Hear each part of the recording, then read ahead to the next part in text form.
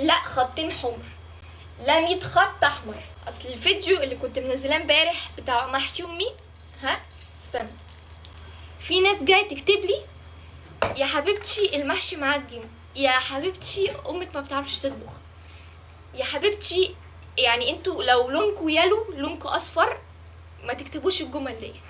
طعمه زي الزبده وعاجبني وانا اللي باكله، مش نزل في بقك حضرتك، يعني مش نزل بصي يعني هيطلع من الكاميرا يخش في بقك، لا ما مش هيحصل الكلام ده. اولا يا صفرة اشربي لك سبيروس بس مش بيبس عشان مقاطعه. ماما في هذه الفتره كنا قاعدين 20 يوم حرفيا بننفض وسباكه وترويق، ما كانش في مكان حتى ان هي تطبخ فيه، فهي عفرت عشان تعمل المحشي ده حرفيا.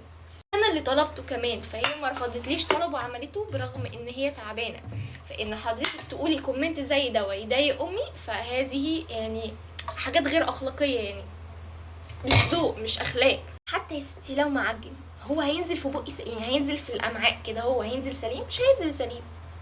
وبعدين يا صفرة يا ام صفار، انتي تعرفي اصلا تعملي ربع الاكل اللي امي بتعمله؟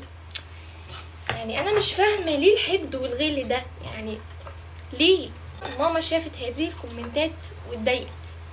فيا حبيبتي للمره مليون هقولك امي خط احمر و100 خط حمر، وامي بتعرف تطبخ، بس هي عشان كانت مضغوطه فالمحشي ما طلعش المعجن زي ما انت فاكره، يعني ده كان قدام الكاميرا لكن هو مش معجن حضرتك.